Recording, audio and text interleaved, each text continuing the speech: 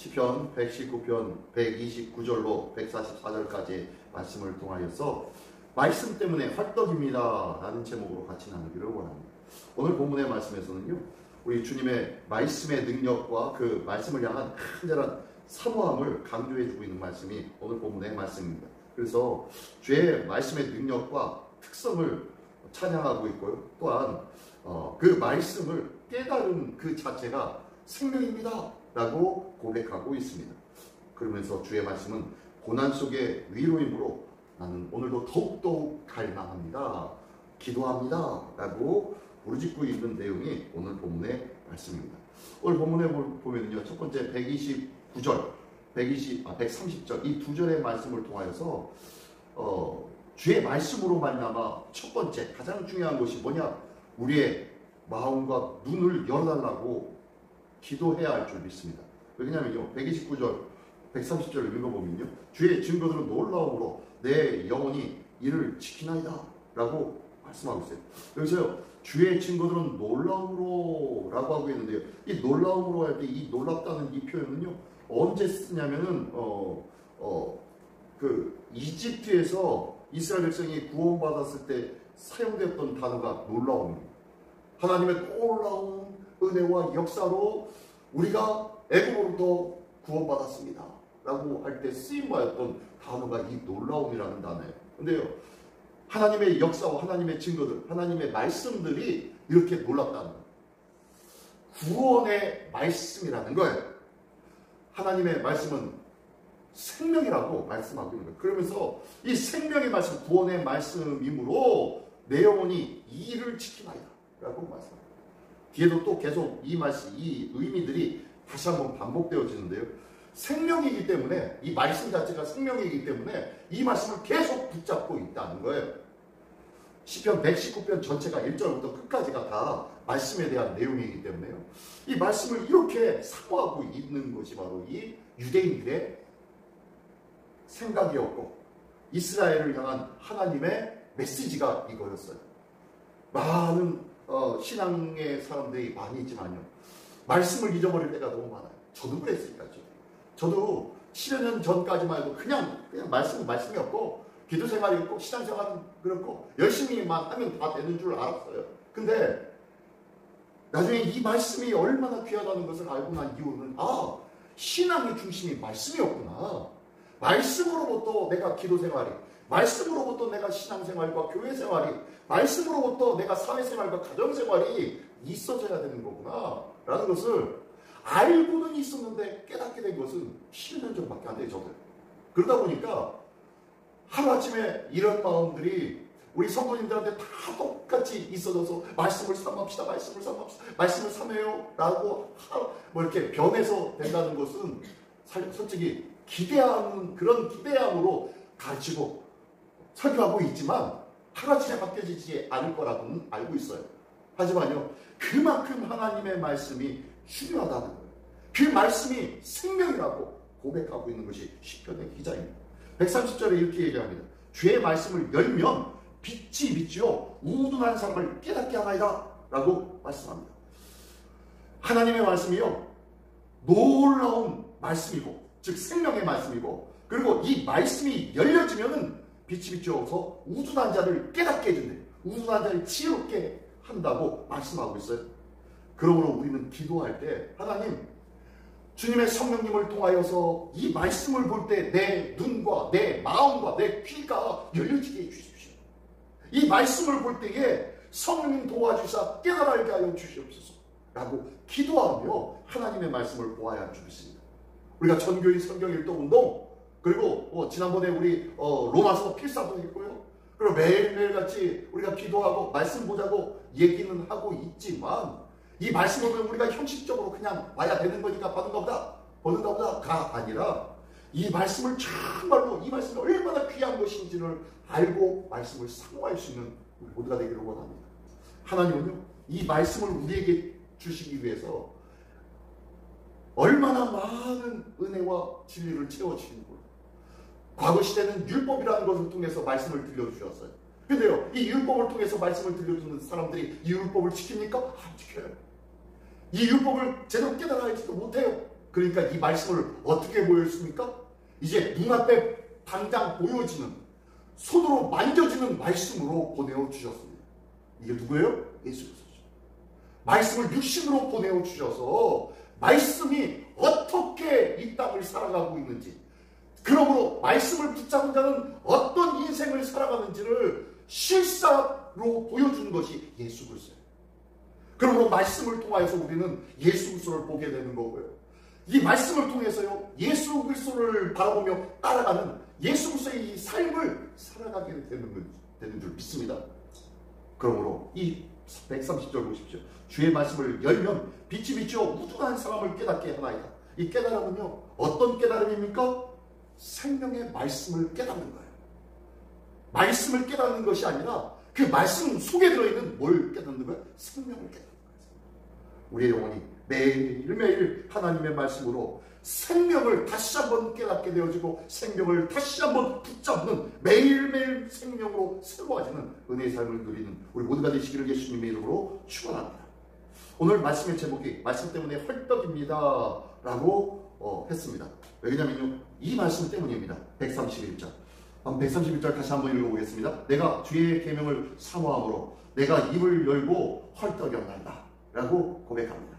이게 무슨 소리냐면요, 주의 계명들을 사모함으로 내가 헐떡였대요. 하나님의 말씀을 내가 얼마나 사모하는지 헐떡일지어 지적이래요. 이 헐떡이다라는 이 표현은 어떤 때 쓰냐면요, 목마른 사슴이 시냇물을 찾아서 막 달려가다가 시냇물을 보자마자 이 시냇물을 꿀떡꿀떡 삼킬 때 그 헐떡이네요. 정말로 목마른 가란 그 심령으로 말씀을 만났을 때 그 헐떡임과 감격스러움과 그 말씀을 급하게 취하려고 하는 그 헐떡임이에요. 보니까 내가 주의 계명을 사모함으로 얼마나 말씀을 사모하기에 마치 사슴이 시냇물을 찾듯이 헐떡이고 있었다는 거예요. 우리의 믿음과 우리의 신앙이 얼마만큼 하나님의 말씀에 나는 목이 말라 하고 있습니까? 하나님의 말씀을 읽지 않으면 정말로 목마르고 카라문 몸 때문에 어찌할 바 모르는 그런 마음에, 그런 믿음으로 살고 있습니까? 하나님의 뜻과 하나님의 마음을 알고자 이 말씀을 오늘도 더 깊이 사모할 수 있는 우리 모두가 되기를 원합니다. 이 땅을 살면서 정말로 황당한 일, 기가 막힌 일들 얼마나 많이 당면하고 있습니까? 그런 일들을 만날 때마다 우리는 무엇을 어떻게 해야 돼요? 하나님의 말씀을 사모해야 돼요. 목마른 사슴처럼 헐떡이는 하나님의 말씀을 사모해야 돼요. 하나님의 말씀을 통하여서 하나님의 뜻은 무엇인지, 왜 이 상황과 이 형편이 나에게 주어졌는지 하나님의 말씀으로 헐떡이며 주의 말씀을 사모할 수 있는 모두가 되시기를 예수님의 이름으로 축원합니다. 이 귀한 은혜가 있기를 원하며, 또한 136절의 말씀에 보면요, 이렇게 말씀합니다. 그들이 주의 법을 지키지 아니하므로 내 눈물이 시냇물같이 흐르나이다 라고 하면서 얘기해요. 이게 뭡니까? 그들이 주의 법을 지키지 않는데요, 어떤 사람들입니까? 이 사람들이 어떤 사람일까요? 주의 법을 지키지 아니한 사람들이 하나님의 백성임에도 불구하고 하나님의 말씀을 등한시하는 사람들을 시편 기자가 만난 거예요. 그러니까 그들을 보면서 눈물을 흘립니다. 기가 막힌 거예요. 내 눈물이 시냇물같이 흐르나이다 라고 하면서 고백하고 있는 거예요. 이 고백은요, 누가 이런 고백을 했냐면 우리는 눈물의 선지자 예레미야를 잘 압니다. 눈물의 선지자는요, 하나님의 말씀을 많은 믿음의 백성들, 이스라엘 백성들에게 선포했어요. 너희들 그렇게 하나님의 말씀을 무시하고 하나님의 말씀을 외면하며 너희가 네 생각이 좋은 대로 행하는 그러한 삶을 살아갈 때는 하나님의 징계가 반드시 있다. 하나님께서는 반드시 심판하실 것이다. 하나님께서는 너희가 의지하고 있는 이 예루살렘 성도 무너뜨리고 너희를 온 땅 가운데 온 지면에 흩어버리실 것이다 라고 선포하고 있었어요. 그런데 이 말씀을 이 사람들이 듣습니까? 안 듣습니까? 안 들어요. 더 그를 핍박하고 그를 감옥에 가둬놓고 운동합니다. 그러니 이 예레미야는요, 그것 때문에 억울해서 눈물을 흘리는 것이 아니라 이 하나님의 말씀이 분명히 율법을 통해서도 다 증거되어져 있는데 그의 말씀을 왜 알지 못하냐? 그의 말씀을 왜 찾지 못하냐? 그의 말씀을 왜 듣지 못하냐? 붙잡지 못하냐라는 것 때문에 눈물을 흘리며 기도합니다. 이게 바로 예레미야 선지자였어요. 이 예레미야 선지자가 이것 때문에 눈물을 흘리면서 선포하고 기도하고 어찌할까 몰랐는데 어느 정도 눈물을 흘리냐면은 어떻게 해요? 눈이 짓무를 정도로 눈물을 흘렸어요. 짓물러서 눈이 퉁퉁 부어서 눈에 염증이 생길 정도로 눈물을 흘렸던 선지자가 예레미야 선지자예요. 다시 한번 보니까요. 136절. 그들이 주의 법을 지키지 아니함으로 내 눈물이 시냇물같이 흐릅니다. 이 큰 마음, 안타까워하는 마음으로 눈물을 흘렸던 자가 바로 그 예레미야 선지자였다니까요. 이 말씀과 똑같이요. 139절에도 똑같이 나옵니다. 보니까요. 139절에 내 대적들이 주의 말씀을 잊어버렸으므로 내 열정이 나를 삼켰나이다. 이게 무슨 소리입니까? 내 대적들이 누군가 봤더니요. 누구였어요? 위에 136절에 주의 법을 지키지 아니한 자들이 내 대적이 됐어요. 하나님의 백성이라고 자부하고 주 안에서 한 믿음의 교우라고 얘기하고 있는데요. 하나님의 말씀을 알지 못하니까 핍박하는 자가 되었다. 예수님을 십자가에 못 박혀 죽인 자가 하나님을 아는 자였습니까? 하나님을 아예 모르는 자였습니까? 네, 하나님을 아는 자들이, 하나님을 섬기는 자들이었어요. 하나님을 붙잡고 하나님의 백성이라고 자부했던 자들이 예수님을 십자가에 못 박혀 죽였습니다. 왜요? 말씀을 몰랐기 때문에요. 말씀을 알지 못하였다면요, 불의 가운데 있음에도 불구하고 그들이 불의를 행하고 있는지를 알지 못하는 거예요. 그러므로 이 눈물의 선지자 예레미야가 눈물을 흘릴 수밖에 없듯이 뭐라고요? 139절에서는요. 내 대적들이 주의 말씀을 잊어버렸어. 어떻게 행합니까? 내 열정이 나를 삼켰나이다 라고 합니다. 이 내 열정이 나를 삼켰다라는 것은요. 조금 비슷한 표현으로 이렇게 표현합니다. 내가 예루살렘을 사모하는 그 열심이 나를 삼켰나이다 라는 이런 시편의 다른 표현인데요. 내가 예루살렘을 사모하는, 주의 성소를 사모하는 그 열심이 나를 삼켰나이다 라는 것은 뭐냐면, 내가 하나님의 성소를 그렇게 사모하였더니 그 성소에 내가 쑥 빠져서 그 가운데서 헤어나지 못할 정도로 다 기력을 쇄신했다는 거예요. 이 말씀도 그렇습니다. 내 대적이 주의 말씀을 잊어버렸으므로, 주님의 법을 안다고 알만한 사람들이 알지 못하고 나를 핍박하였으므로 내 열정이 나를 삼켰다. 내가 그들을 향해서 주의 복음의 말씀을 증가합니다. 전합니다. 하나님의 말씀은 이거야. 하나님의 말씀은 이거라니까 라고 하면서 끊임없이 전함으로 내가 그 전하는 일들 때문에 내 힘과 내 기력이 다 쇠해버렸습니다 라고 얘기하는 거예요. 얼마나 하나님을 안다고 하는 자들이 하나님의 말씀을 등한시하는지. 하나님을 아는 자라면은 하나님의 말씀을 사모해야 할 줄 있습니다.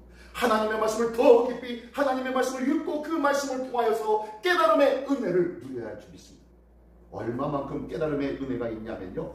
142절부터 144절까지의 말씀입니다. 마지막에 끝까지 말씀인데요. 142절의 말씀입니다. 주의 의는 영원한 의요 주의 율법은 진리로소야.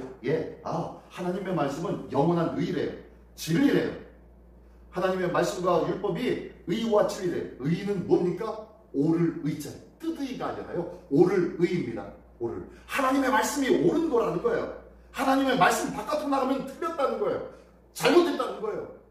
하나님의 말씀 안에 있어야 된다고 얘기하는 거예요. 그것이 진리라고 선포하는 결론을 맺고 있습니다. 그러면서 143절에는요. 환난과 무한이 내게 미쳤으나 주의 계명은 나의 즐거움입니다. 그러니까 이 하나님의 말씀 안에 있다 보니까, 주의 의 안에, 영원한 의 안에, 진리 안에 있다 보니까 환난과 무한이 내게 닥치지만 내가 의 안에 있기에, 진리 안에 있기에 나는 즐거워할 수밖에 없습니다. 나는 그 고난과 환난에 흔들리지 아니하고 나는 주 안에서 평안함과 감사함으로 즐거워할 수밖에 없습니다 라고 고백합니다. 그리고 마지막으로 뭐라고 얘기합니까? 주의 증거들은 영원히 의로우심으로 나로 하여금 깨닫게 하사 살게 하소서. 뭐 하는 거예요? 그러므로 하나님의 증거의 말씀은 영원히 의로운 힘으로 의로우니까 나로 하여금 깨닫게 하사 살게 하소서. 아까 처음에 나왔던 말씀이죠. 처음에 나왔던 말씀처럼 깨닫게 하사 살게 하라는 거예요. 나를 살리는 말씀이 바로 이 말씀 속에 있으니 주님, 이 말씀, 나를 살리는 이 말씀을 오늘도 나를 깨닫게 해주십시오. 이 말씀을 반드시 깨달음으로 말미암아 나의 영혼이 진짜 사는 인생을 살아가게 하여 주시옵소서. 내 생명이 진짜 사는 삶의 의미를 발견하게 하여 주시옵소서. 참된 생명의 가치를 느끼는 삶을 오늘도 살게 해주십시오 라고 기도하고 있는 거예요. 하나님의 말씀에 대한 올바른 깨달음, 올바른 견해를 통하여서 우리가 나의 삶의 진정한 생명의 가치를 느낄 수 있다는 거예요. 오늘 이 새벽에 주님의 존전에 나온 우리 모두가 하나님의 말씀을 깨달음으로 말미암아 우리의 영혼이 다시 한번 살아나는 놀라운 역사가 있기를 원합니다. 왜 새벽에 오셨습니까? 이 새벽에 온 이유는요, 하나님의 말씀으로 오늘을 깨우치는 한 날, 생명으로 붙잡는 한 날, 은혜와 역사하심을 체험하는 한 날이 되기 위함인 줄 믿습니다. 145절 그 다음 절부터 내일에 있을 말씀에는요, 왜 새벽에 나와야 되는지에 대해서 말씀하고 있어요. 하나님의 말씀대로 오늘도 하나님의 말씀으로 진정한 깨달음을 경험하며 체험하며 우리의 심령마다 하나님의 말씀을 사모하는 일에 열심을 다하는 우리 모두가 되시기를 예수님의 이름으로 축원합니다. 기도하겠습니다. 전능하신 주님, 감사를 드립니다. 사슴이 시인의 물을 찾아 갈급하듯이 우리의 심령마다 오늘도 주의 말씀만을 찾아 갈급한 자 되게 하여 주시고, 그 갈급하는 하나님의 말씀에 대한 갈급함으로 인하여서 오늘도 성령님 역사하여 주시사 그 말씀을 깨닫게 하여 주시옵소서. 그 생명의 말씀에 대하여 헐떡이는 우리의 영혼이 되게 하여 주옵시고, 이 한 마음속에 오늘도 생수와 같은 주의 말씀으로 넉넉하게 채워주시는 은혜가 있는 복되고 즐거운 한 날 되어주시도록 인도하여 주시옵소서. 오늘도 주님 앞에 모든 것을 의탁드리오며 오늘도 생명의 중심이 되어지는 귀한 말씀을 붙잡고 일어서는 귀한 한 날 되게 하여 주시옵소서. 모든 것이 되어주시는 우리 주 예수 그리스도의 이름으로 감사하며 기도드리옵나이다. 아멘.